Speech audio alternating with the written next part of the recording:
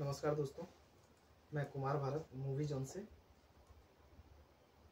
2016 एक ऐसा साल जहां हमें देखने को मिला एक ऐसी दुर्लभ दुर्घटना जहां पर एक आदमी अपने मरी हुई बीवी का शव लेके 10 किलोमीटर पैदल चलता है। साथ में उसकी छोटी सी बच्ची भी रहती है जो उसके साथ चलती है। वो आदमी कोई और नहीं, कलाहांडी डिस्ट्रिक्ट के एक छोटे से गांव से बिलोंग करने वाले दाना माझी जी हैं। ये घटना आज़ादी के इतने साल बाद इस देश में घट रही है, तो आप सोचिए कि आज भी कैसी कैसी घटनाएं घटती होंगी। तो इसी घटना के ऊपर, इसी एक ट्रेजिक पेन के ऊपर एक मूवी आ रही है। मूवी का नाम है दाना माझी द ट्रेजिक इंसिडेंट। तो आज दाना माझी ये मूवी जो है, उनके डायरेक्टर, प्रोड्यूसर, राइटर, डायलॉग जो दिए हैं और लिरिसिस्ट प्रेमजीत पुट्टा जी हमारे साथ हैं। आज खुल के ये मूवी के ऊपर बात करेंगे। तो पहले तो स्वागत है सर आपका। फर्स्ट ऑफ ऑल मैं ये कहूँगा कि भारत भाई थैंक यू मुझे यहाँ बुलाने के लिए। और जो फिलहाल प्रमोशन का टाइम चल रहा है, तो मैं सबको कहूँगा कि आप देखिए, जितने वीडियोस हैं, जितने भी न्यूज़ में आ रहे हैं, सब देखिए, शेयर कीजिए, क्योंकि एक बहुत ही बेहतरीन फिल्म आने वाली है। सबको मतलब देखने के बाद ऐसा फील होगा कि हमने क्या देख लिया, मतलब उस टाइप का एक फिल्म आने वाली है। तो आप देखिए। और मैं तो भारत भाई को कह रहा था कि आप ये फिल्म के बारे में कुछ रोचक चीज़ें आप बताइए, मतलब हमारे जो पब्लिक दर्शकों को, तो उनको समझ में आए। क्योंकि मैं तो बोल दूंगा, आजकल तो बहुत लोग सोचते हैं कि ये सब स्क्रिप्टेड होता है बोल के। तो मुझे डायरेक्टली सवाल पूछिए, मैं डायरेक्टली दूंगा। मैं आज आने ये इंटरव्यू करने से पहले ही मैं उनको बोल रहा था। जी जी, ये बिल्कुल पूरा अनकट इंटरव्यू होगा। जैसे बात करते हैं हम लोग वैसे ही बात करेंगे। तो ये आपका पहला प्रोजेक्ट है। तो पहले प्रोजेक्ट में ही आपने मतलब ऐसा एक कंटेंट ओरिएंटेड जो टॉपिक चुना है, ये दाना माझी के ऊपर। तो आपने पहली बार दाना माझी से कब और कैसे मिले, और कैसे सोचा कि ये फिल्म आपको बनानी चाहिए? ये कहानी तो बहुत लंबा जर्नी है, तो इसको तो एक लाइन पे कहना तो बहुत ही मुश्किल होगा। लेकिन मैं जब कोलकाता में था जिस टाइम, तो उस टाइम मैं बहुत स्ट्रगल कर रहा था कि एक ऐसा कहानी बनाऊंगा जो लोगों को मतलब देख कर समझ में आ जाएगा कि ये डायरेक्टर में कुछ बातें हैं, तो सबको बेस्ट लगना चाहिए। मैं अपना डायरेक्शन पावर भी दिखाना चाहता था मैं उसमें। तो लेकिन बहुत सारे साइंस फिक्शन फिल्में भी, मैं स्टोरीज भी लिखा था। तो अभी तो हमारा फिलहाल हमारा प्रोडक्शन में बहुत आने वाली है फिल्म। हमारा जो मेरा जो सेकंड फिल्म तो ऑलरेडी शूट हो चुका है 50%। अच्छा। एक हॉलीवुड प्रोजेक्ट भी अभी प्लानिंग चल रहा है, उसका भी हम बहुत जल्द शुरू करेंगे 2025 में। दो बांग्ला फिल्म भी अभी चल रहा है, मतलब उसका प्री प्रोडक्शन काम शुरू होगा। तो फिर मेरा सेकंड और थर्ड प्रोजेक्ट भी आने वाली है, बॉलीवुड फिल्म, वेब सीरीज का काम भी चल रहा है। तो ये तब की बात है जब मैं सोच रहा था कि एक बहुत ही एक साइंस फिक्शन फिल्म होना।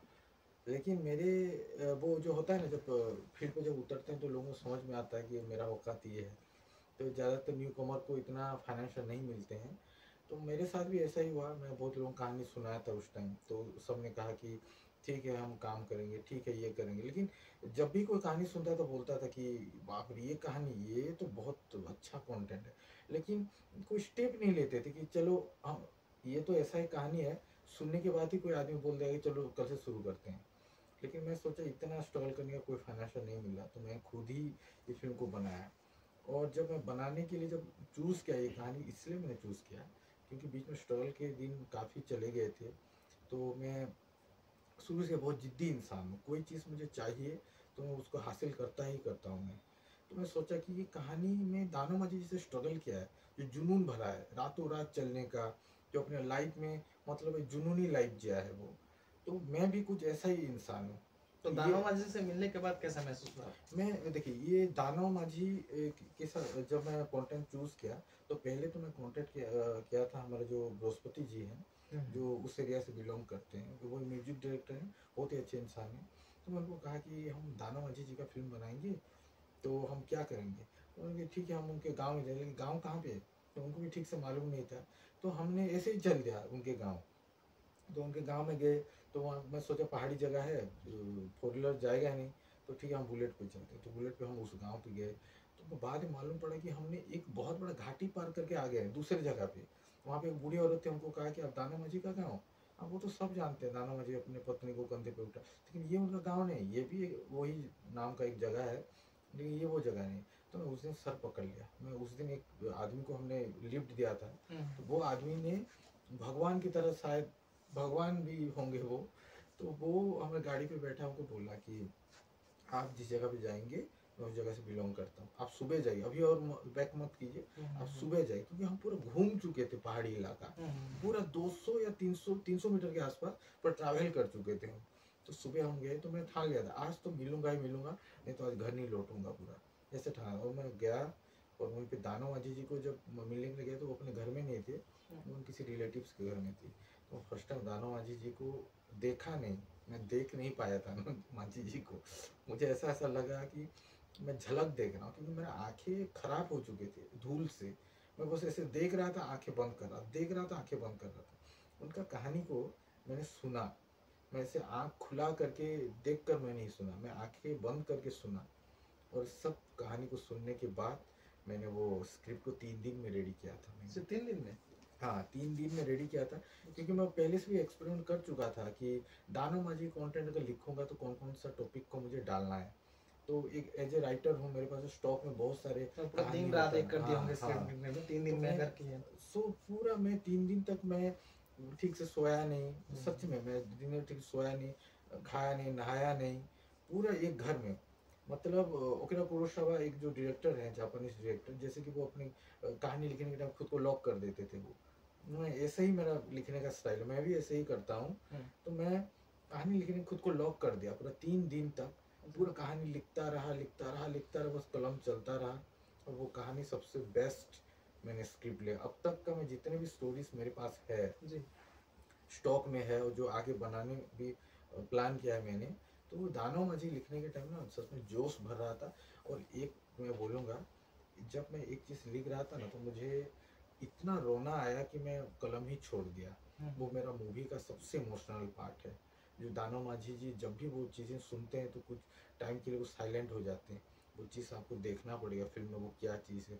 मगर वो सीन अगर मेरा कलम को रुक दे रहा है, तो उस सीन को विजुअलाइज जब मैं क्या होगा, तो लोगों को कैसा फील होगा जब देखेंगे। तो आपको देखना पड़ेगा ये फिल्म, सच में बहुत इमोशनल स्टोरी है। नहीं सच में, क्योंकि ये मूवी ही एक ट्रेजिक इंसिडेंट्स पे बेस है, तो इमोशनल सीन तो बहुत सारे होंगे ही। और जैसे कि मैंने कहा, ये आपका पहला प्रोजेक्ट है, और आप डायरेक्शन भी दे रहे हैं, इस फिल्म के प्रोड्यूसर भी हैं, लेकिन आप दानो मांझी का किरदार भी खुद कर रहे हैं। तो उसका एक्सपीरियंस आपको कैसा रहा? और आप प्रोडक्शन मैनेजर भी हैं, डायरेक्शन भी दे रहे हैं, तो आप मैनेजमेंट कैसा होता था और क्या क्या डिफिकल्टीज आई शूटिंग करने में? भारत भाई सच में आपने मुझे क्या सवाल पूछ लिया आपने मैनेजमेंट को लेके। हमारा जो मैनेजमेंट जब हम कर रहे थे, उससे पहले जब प्लान मैंने किया, तो मैंने अपने दोस्त को पूछा था कि एक हिंदी फिल्म बनाऊंगा। तो उन्होंने कहा तो जानता है, हिंदी फिल्म जब बनाते हैं तो एक अच्छा एजुकेटेड प्रोड्यूसर चाहिए होता है, वो टीम को सब मैनेज करता है, ये करता है। तो ये फिल्में तो कम से कम तो 3000 से ज़्यादा, वो पहले से बोल दिया था मुझे कि ये 3000 से ज़्यादा मतलब टेक्नीशियन क्राउड मिला के हो जाएंगे मेंबर। तो कहाँ से लाऊंगा? बोला कि मैं ले आऊँगा, मेरे में जुनून है, मैं ले आऊँगा। इतनी सारी चीज़ों को मैं खुद ही हैंडल किया, प्रोडक्शन चीज़ों को लेके, म्यूज़िक को लेके, फिर खुद में चीज़ों को। एक जो डायरेक्टर हैं जो वर्ल्ड फेमस है, जो जिनको सब मानते हैं, सत्यजीत रे, वो खुद अपने शटअप को बनाने के लिए वो खुद बाजार में जाते थे। मैं ही ऐसे ही, मैं अपना जब शटअप बनाता हूँ, मैं सामान किसी आर्ट डायरेक्टर को नहीं देता कि जाओ आप ढूंढ लो और बना लो। मैं खुद जाता हूँ, चूज़ करता हूँ मुझे ये चाहिए, ये नहीं चाहिए। तो ये सब चीज़ें मैंने खुद किया, कॉस्ट्यूम भी मैंने किया, मेकअप पार्ट भी मैंने किया है। हमारी टीम तो थे सब लोग, हमारा टेक्नीशियन थे, लेकिन खुद मैनेज किया है।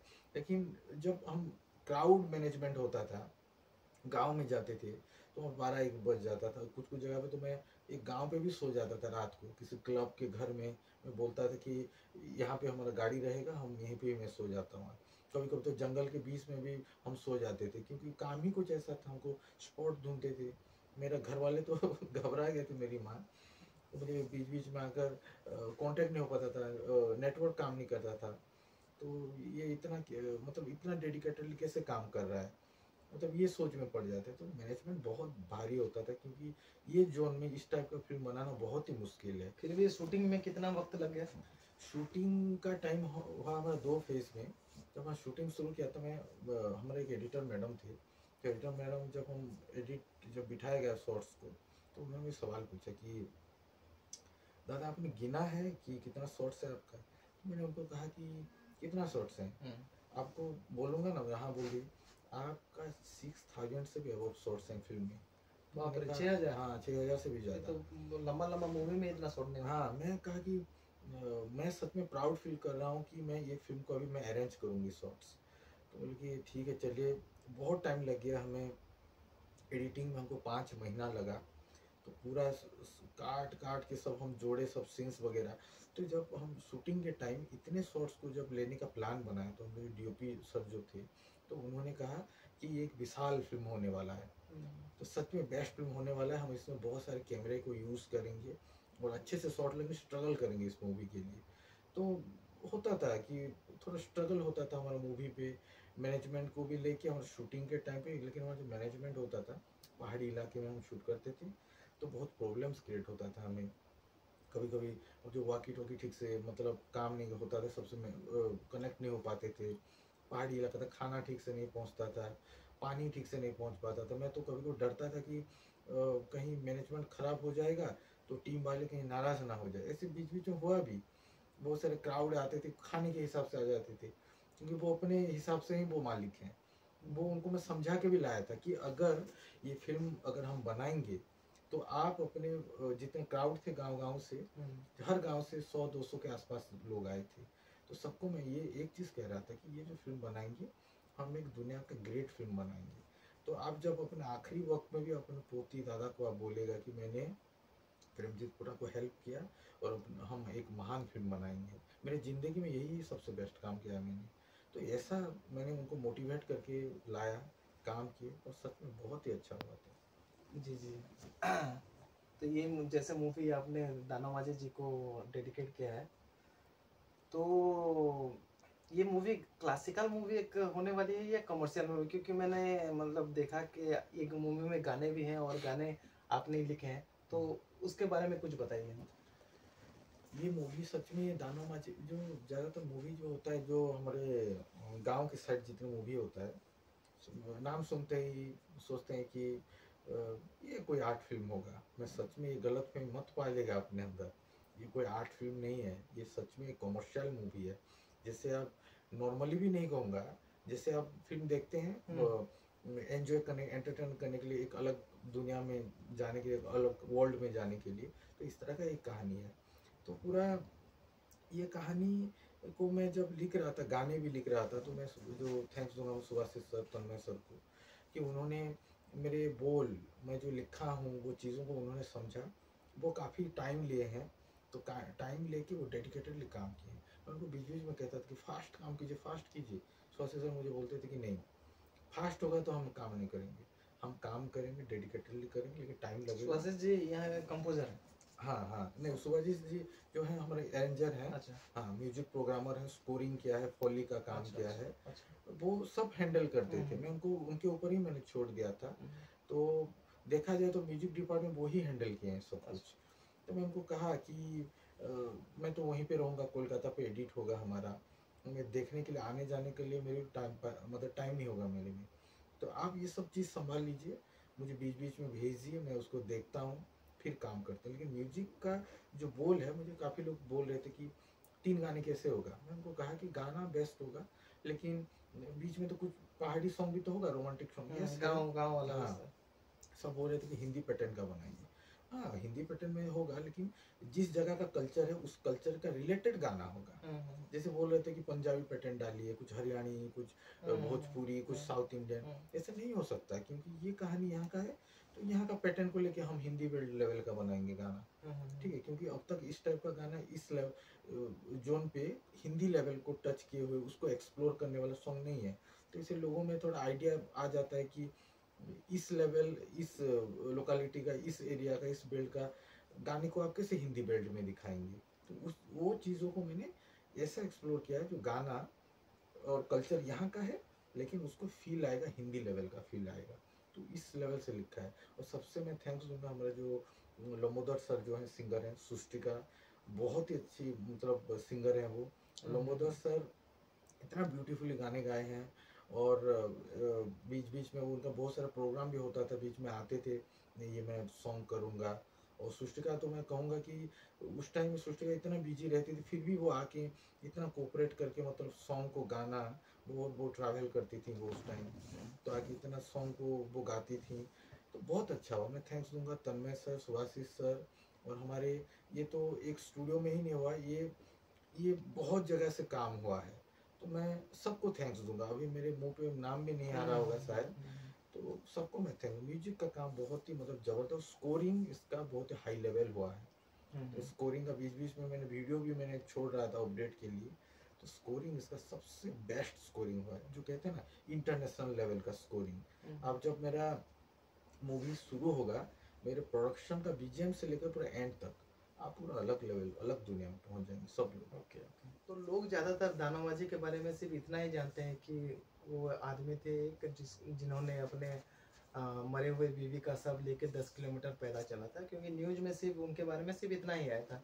लोगों को ज़्यादा उनके लाइफ के बारे में और संघर्ष के बारे में, उनके गांव के बारे में कुछ भी पता नहीं है। तो अगर लोग ये मूवी देखने आएंगे तो उनको और क्या क्या जानने को मिलेगा दाना माझी के ऊपर? मैं जब ये मूवी बना रहा था तो मुझे बहुत लोगों ने मना किया कि इस टाइप का कंटेंट आप चूज मत कीजिए, आप पॉलिटिक्स में घिर जाएंगे। तो मैंने कहा कि पॉलिटिक्स को मैं क्यों घिरूंगा, उसमें मुझे जाना ही नहीं है।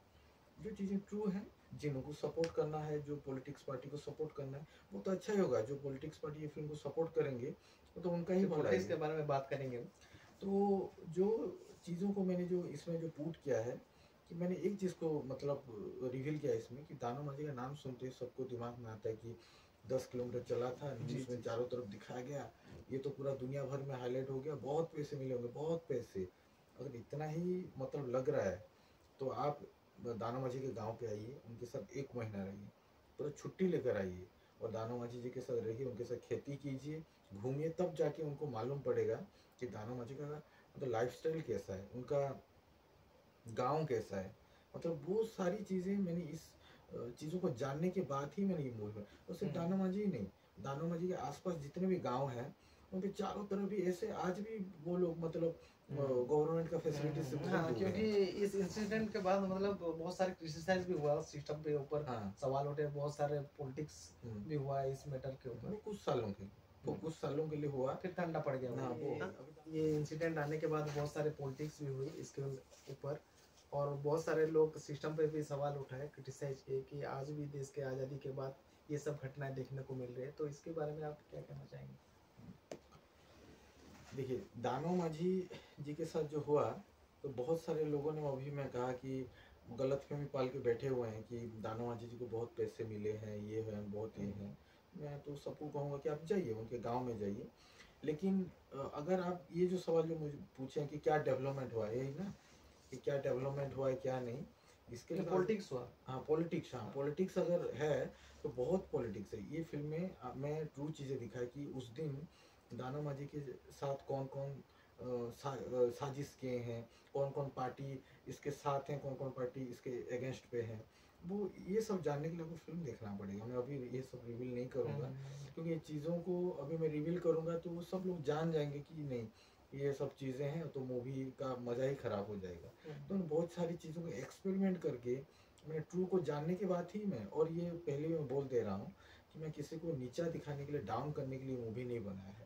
जो सही है और जो सच है, एक्चुअली में हुआ है, जो दानो माझी ने आपको बोला होगा। हाँ, कौन कौन पार्टी इसमें इन्वॉल्व है और कौन पार्टी इसको सपोर्ट किए हैं, और कौन कौन दानो माझी को एक बोलते हैं ना कार्ड की तरह इस्तेमाल किया है, वो सब चीज़ें इसमें हैं। आप जब देखोगे तो शायद कुछ पॉलिटिशियन का नींद भी उड़ सकता है रात को, लेकिन जो, मैं किसी का नाम नहीं लिया मैंने, लेकिन जो सच है वो इस फिल्म में पूरा अच्छी तरह से ही दिखाया गया है। और अभी भी दानो माझी जी को लेके मतलब गलत में मत पालिए कि वो मस्त हैं बोल के। अगर इतने ही मस्त हैं तो आप जाइए, बस गांव में रहिए। मैं आपको बार बार फोर्स कर रहा हूँ, आप देखिए ये फिल्म क्या है। ओके, अभी बात करते हैं आपके को एक्टर्स के बारे में। तो कुछ बताइए अपने को एक्टर्स के बारे में कि उनके साथ काम करके आपको कैसा लगा, क्या अनुभव हुआ? मेरी जो को एक्ट्रेस हैं नेहा दे, वो बहुत ही अच्छी एक्ट्रेस हैं वो। हमारे जो कास्ट कर रहे थे, जो हमारे तन्मय सर से सानू सर के अंडर में काम करती थी, तो उन्होंने मुझे काफ़ी सारा ऑडिशन भेजा था। मुझे वो दुर्गा पूजा का टाइम था, अभी मुझे याद है। तो दुर्गा पूजा का टाइम था, तो बहुत सारे वहाँ पे जो क्या होता है, जो हमारे जो कोलकाता में दुर्गा पूजा टाइम सब बिजी होते हैं सब में, जी। तो ऑडिशन आते थे मेरे पास, लेकिन मैं इतना बड़ा डायरेक्टर उस टाइम नहीं था। तो वो आपकी पत्नी की किरदार निभा रही है? हाँ हाँ, तो बहुत सारे ऑडिशन भेज रहे हैं, मुझे किसी को अच्छा नहीं लग रहा था। सब ब्यूटीफुल से लड़की थे, लेकिन वो कैरेक्टर के लिए कौन फिट है? मुझे इसमें ब्यूटीफुल की बात नहीं है या फिर ग्लैमर की बात नहीं है। हीरोइन तो सभी ब्यूटीफुल होंगे, लेकिन वो कैरेक्टर के लिए कौन फिट है, वो मैं ढूंढना चाहता। जो एक बहुत ही खूबसूरत हो, वो ना मतलब जो क्या बोलते हैं उसको, वो कैरेक्टर में घुसते ही लोगों को लगना चाहिए कि ये इस कैरेक्टर के लिए परफेक्ट है, वो ये कैरेक्टर के लिए बनी थी, लोगों को ऐसा फील हो। तो मुझे रात को एक ऑडिशन भेजा किसी ने, तो वो जो वो क्या, मैं जान नहीं पाया उस दिन एक्चुअली ये किसका ऑडिशन है। फिर मैंने, वो सर ने मुझे कहा कि अभी नेहा दे ने आपको ऑडिशन भेजा है। तो फिर मैं देखा, वो रात का 2 बजे। मैं सोचा कि रात का 2 बजे कौन ऑडिशन भेजा। तो मैं जैसे देखा, मैं फ़ौरन ही सिलेक्ट कर लिया कि यही है जो अमांगो कैरेक्टर के लिए ये पूरा परफेक्ट है, परफेक्ट। मैं सोचा, और मैं सीधा अगले दिन, शायद मुझे याद नहीं आ रहा है, अगले दिन मैं बात किया था। तो कुछ दिन बात किया मैंने, तो उनका फ़ोन नहीं लग रहा था रात को, ये सॉरी डे को। रात में एक्टिव रहती थी वो, सुबह को नहीं लग रहा था। तो मैं सोचा कि किस वजह से उनके साथ कांटेक्ट नहीं हो पा रहा है। तो 4-5 दिन ऐसे ही निकल गया। तो जब मैं प्रॉपरली उनके साथ डिस्कशन किया, जब हम कोलकाता में मिले, तो उनको मैं सारा चीज़ें बताया कि हमको एक मूवी बनानी है। तो नेहा का हेल्प इस मूवी में बहुत है। उस टाइम कोई भी लड़की उड़ीसा आना नहीं चाहती थी, सब बोलते थे उस जोन में कोई, तो अब तक हिंदी फिल्म बना नहीं है, तो यहाँ के कौन मूवी शूट करेगा। तो नेहा ने खुद कहा कि मैं जाऊँगी, मैं शूट करूँगी। और नेहा ने पूरा शुरू से आखिर तक बहुत मुझे सपोर्ट किया है, और शायद उसी वजह से ही फिल्म में जो आमांगो का कैरेक्टर वो उभर के आ रहा है। जब देखेंगे उनका कैरेक्टर, जो इमोशन, जो फील, सच में मतलब मैं क्या और बोलूँ, सबको देखना है, जब देखेंगे तो सबको मालूम पड़ेगा। और जितने भी एक्ट्रेस हैं सभी ने अच्छा काम किया है। और एक एक्ट्रेस का नाम लूँगा, सुप्रिया, सुप्रिया पोट्री। तो उनका शायद सेकंड फेज में शूट था। तो उनको मैं जिस लेवल से उनको जो गाइड किया है मैंने, तो कोई अगर दूसरे एक्ट्रेस होती तो इतना कम टाइम में उसको कैच करना पॉसिबल नहीं था, क्योंकि शूटिंग के लिए कम टाइम था। तो 2 महीने का टाइम कम होता है शूटिंग के लिए। आज से 6-7 महीने, 1 साल पहले प्रिपरेशन होता है फिल्म के लिए। तो हमें 2 महीना था, हमें 2 महीने में वो डायलॉग्स को लेके रात दिन उसको मतलब पढ़ के वो मतलब खुद को तैयार किया। आप देखेंगे ना, इसमें एक जो कैरेक्टर है सौम्या का कैरेक्टर, तो वो कैरेक्टर ज़बरदस्त उन्होंने प्ले किया इस मूवी में। मतलब जितने भी एक्टर्स हैं पूरा डेडिकेटेडली काम किया है। नेहा दे ने बहुत बहुत ब्यूटीफुल काम किया, मैं तो थैंक्स दूंगा। उनका तो ये फिल्म में तो बहुत ही योगदान है, इनके लिए ही ये फिल्म बना है। सुप्रिया का भी बहुत मतलब ब्यूटीफुल आपका काम कैसा है। अनुभव रहा दानो माझी के कैरेक्टर प्ले करने? दानो माझी जी का जो मैं कैरेक्टर प्ले किया बहुत ही चैलेंजिंग था। मुझे बहुत लोगों ने कहा कि आप दानो माझी दुबले हैं, कम हाइट है, तो आपको उस तरह ही बनाना पड़ेगा। नहीं, बोला नहीं, ऐसे हम क्यों करेंगे। अगर मैं जिस मेरा अभी भी मेरा वेट लगा हुआ है बॉडी पे, तो वेट में मतलब लूज कर रहा हूँ, कि मैं सोचा कि ये अगर कैरेक्टर अगर मैं करूँगा, तो वो कैरेक्टर को ध्यान में रखते ही मैं काम करूँगा। ऐसे ही नहीं कि मुझे दुबला, अगर मैं दुबला हो जाता तो सब पूछते कि कॉलेज का एक लड़का किसी ने प्ले किया, मुझे पापा की तरह लगना है। तो पापा का कैरेक्टर क्या होता है, 3-3 लड़कियों का पापा है, तो उसी लेवल के उसको रिप्रेजेंट करना होगा। मैं शूटिंग के टाइम मेकअप नहीं लेता था। मैं मेरा स्किन, अच्छा। गर्मी में मेरा स्किन खराब हो जाता था, इतना टेम्परेचर होता था, गर्मी में भी शूट किया है ये मैंने। समर तो दाना मुझे कैरेक्टर करने में बहुत मतलब चैलेंजिंग था। कभी कभी सांस फूल जाता था मेरा, वेट लगा हुआ था बॉडी में। जब डांस के, मैं एक डांसर हूँ, तो मैं जब डांस कर रहा था, बहुत ब्रिलियंट डांस था, अच्छा। बहुत फास्ट कर रहा था, तो मेरा सांस फूल जाता था बीच में। तो फिर भी मैंने किया। और नेहा ने भी काफ़ी काम किया है इसमें। डांस मतलब डांसिंग के टाइम उनको धूप में खड़ा रहना पड़ता था। मैं जब नाच के, तो मैं तो छत के नीचे आ जाता था, तो वो वहाँ पे खड़ी रहती थी वो धूप पे। तो इतने टेम्परेचर में हमने शूट किया है। काफ़ी सारे एक्टर मुझे अभी भी बोल रहे हैं कि नेक्स्ट आप जब शूट करेंगे तो इतने टेम्परेचर पे मत कीजिए।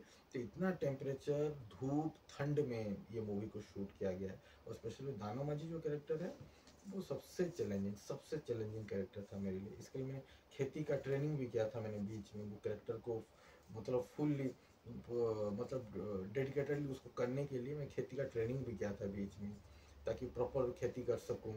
फिर मैंने वेट गेन किया था, बहुत सारी चीज़ें हुआ था इसमें, बहुत सारे एक्सपेरिमेंट किए हैं। हाँ। और तो हमारे दर्शकों को ये मूवी कब तक देखने को मिलेगी? हमने सुना है कि ये मूवी OTT में भी आएगी बाद में, नेटफ्लिक्स में शायद, तो इसके बारे में कुछ बताइए। मैं अभी अपडेट नहीं दूंगा, क्योंकि मुझे बहुत लोगों ने कहा कि फिल्म खत्म हो गई, तो ये तो प्रमोशन का टाइम, तो मैं पोस्टर रिलीज किया ताकि अब श्योर हैं अभी फिल्म बहुत जल्द रिलीज होगा। टीजर ट्रेलर आएगा। हाँ, अभी हमारा जो नेक्स्ट प्रमोशन होगा इससे भी और बड़ा लेवल का प्रमोशन होगा। उसमें काफ़ी बड़े बड़े मतलब आर्टिस्ट और हमारे गेस्ट भी हैं। लेकिन जो रिलीज़ का जो डेट है फिलहाल अभी नहीं कहूँगा। अगर मैं बोल भी दूंगा तो उस डेट में अगर नहीं हो पाए तो मुझे सब लोग बोले क्यों नहीं हुआ, तो बहुत लोग नहीं, कब तक आ सकती है? मैं ये कहूँगा कि जनवरी, हम जनवरी पकड़ के चलते हैं। जनवरी 2025। हाँ, क्योंकि अभी मूवी को बहुत अच्छी तरह से प्रमोशन करना है और मैं चाहता हूँ कि कुछ हड़बड़ी नहीं, अच्छे से जाए फिल्म। हम धीरे धीरे करके जा रहे हैं और हर काम को डेडिकेटेडली कर रहे हैं। ऐसा नहीं कि हमारे पास बजट नहीं, बजट है, लेकिन काम को हम अच्छी तरह से कर रहे हैं, वन बाय वन। तो इसीलिए मैं कहूँगा कि जनवरी हम पकड़ के चलते हैं, फिल्म रिलीज़ हो जाए। पहले तो थिएटर पे रिलीज़ होगा। और मैं एक चीज़ सबसे कहूँगा कि आप ये OTT के लिए होता तो मैं रिलीज़ कर देता, लेकिन ये मूवी है थिएटर के लिए, तो आप पहले थिएटर पे जाइए एंजॉय कीजिए, बाद में आप OTT में एंजॉय कर लीजिए। ग्रैंड लेवल पे हाँ शूट किए हैं, तो क्योंकि बड़े पर्दे पे ही मजा। हाँ, क्योंकि इसका जो कुछ शॉट्स हैं जो मैंने उस टाइम लिए थे ठंड के टाइम में, और कुछ मैंने गर्मी के टाइम लिए थे, क्योंकि मैं सिनेमेटोग्राफी इसका उस लेवल का सिनेमेटोग्राफी है। वो 6000 से ज़्यादा शॉट्स हैं, स्टोरी बोर्ड वाइज काम हुआ, पेंटिंग वाइज। तो मैं सोचा कि ये शॉट मुझे लेना है तो मैं गर्मी में ही लूँगा, क्योंकि गर्मी के टाइम क्राउड भी मुझे मिल गए उस टाइम, क्योंकि इतने सारे वैसे ये कौन से ऑडियंस के लिए मूवी है? ये जो फिल्म है, मुझे जब मैं पोस्टर लॉन्च से पहले काफ़ी लोग कंफ्यूज हो गए थे कि ये शायद कोई संबलपुरी या उड़िया फिल्म होगा। नहीं, ये हिंदी फिल्म है। और प्रॉपर हिंदी फीचर हाँ, फिल्म। ये फिल्म को गांव में बैठे हुए इंसान भी समझ में आ जाएगा, एक खेती करने वाला इंसान भी समझ में आ जाएगा, एक फॉरेन में बैठे हुए आदमी को भी समझ में आ जाएगा। मतलब सब लेवल का, कॉलेज का स्टूडेंट से लेकर कुछ मैच्योर इंसान, बच्चे को भी ये फिल्म समझ में आ जाएगा। तो ये फिल्म को आप जाइए और पूरा थिएटर में देखिए। और मैं सबको तो एक चीज़ कहूँगा कि अगर आप थिएटर पे जा रहे हैं मतलब देखने के लिए, तो आप एंटरटेन करने या फिर टाइम पास करने के लिए मत जाइए। ऐसा है तो आप मत देखिए मूवी। आपको अगर वर्ल्ड पे जाना है, दानो मांझी का वर्ल्ड, जो अलग वर्ल्ड जो मैं क्रिएट किया है, वो अगर देखना है तो एक बार जाइए और ये फिल्म को देखिए। दानो मांझी ने इसके ऊपर क्या रिएक्ट किया? दानो मांझी जी को मैंने जब ये टीजर एंड ट्रेलर दिखाया था, तो वो ज़्यादातर वहाँ पे तो करंट ही नहीं है, टीवी ही नहीं है, नेटवर्क ही नहीं है। आज भी? हाँ, अभी भी। तो वो लोग टीवी नहीं देखते, मोबाइल नहीं देखते, वो एनवायरनमेंट में रहते हैं, चारों तरफ पहाड़ हरियाली में। तो वो ही उनके लिए एक टीवी है, वो ही उनके लिए सब कुछ है। तो वो टीवी ये सब का आदि नहीं है वो लोग। तो मैं उनको कहा कि आइए सर मैं टीजर एंड ट्रेलर, तो उन्होंने कहा कि ऐसे सर हिलाया, में दिखाया। तो मैं देखा वो बहुत चाव से देख रहे थे वो चीज़ों को। मैंने उनको कहा कि फिल्म का जो है, मैं फिल्म को आपको बड़े पर्दे पे दिखाऊँ, वो आपके लिए सरप्राइज़ है। तो अभी मैं आपको दिखा दूंगा तो मज़ा नहीं आएगा। जो आस जो मेरे ऊपर उन्होंने छोड़ दिया है, उनका सोसाइटी की भलाई के लिए और दुनिया का भलाई के लिए जो जिम्मेदारी जो मेरे ऊपर दिया है ना, कि आप ये मूवी बनाइए और हमारा सोसाइटी का, और दुनिया भर में ऐसे भी इंसिडेंट हो रहे हैं आजकल, और इंडिया में भी आज चेक कर लीजिए, ये भी इंसिडेंट हो रहे हैं, कुछ बड़े कुछ छोटे हो रहे हैं। इंसिडेंट तो इंसिडेंट्स के बाद भी और बहुत सारे ऐसे इंसिडेंट। हाँ, तो ये सब लोगों के लिए दानो मांझी सबसे ऊपर का टॉपिक है। तो वो जिम्मेदारी मुझे दिया था, इसलिए इनके लिए सरप्राइज है, उनको सिनेमा में दिखाया जाएगा। हालांकि वो टीजर एंड ट्रेलर देख चुके हैं वो। बहुत बहुत धन्यवाद रंजीत फूटा जी, आपने अपना समय निकाल के हमसे बातचीत किया और बहुत सारे मूवी के बारे में बात किया। आपको ढेर सारे शुभकामनाएं आपकी मूवी के लिए, और हम चाहेंगे कि ये बहुत अच्छी हिट फिल्म बने। बहुत बहुत धन्यवाद, थैंक यू। तो दर्शकों, आपने देखा कि हमने दानो मांझी मूवी रिलेटेड बहुत सारे बात की इनसे। हमारा कर्तव्य बनता है कि ये एक मूवी लेके आए हैं दानो मांझी के ऊपर, तो हम लोग ज़्यादा से ज़्यादा मूवी रिलीज होने के बाद जाएं थिएटर पे, उनका मूवी को देखें। ये जो किस लेवल का मूवी बनाए हैं, मैं तो बहुत उत्सुक हूँ। और मैं पहले टिकट काटे अपने दोस्तों के साथ, फैमिली के साथ जाऊंगा। आप लोग भी जाइए, समर्थन कीजिए और ऐसे कंटेंट बेस्ड मूवी को आगे आना चाहिए, क्योंकि बहुत सारे लोग आजकल जो बना रहे हैं वो सिर्फ कमर्शियल देख के एक्शन ओरिएंटेड या हॉरर मूवी वगैरह की कॉमेडी मूवी बना रहे हैं, लेकिन ये अपना पहला प्रोजेक्ट इतने संघर्ष से, इतने डेडिकेटली बनाए हैं, इतना पैसा बजट लगा के बनाए हैं, तो ये सपोर्ट करना हमारा फर्ज है। तो बहुत बहुत धन्यवाद, थैंक यू।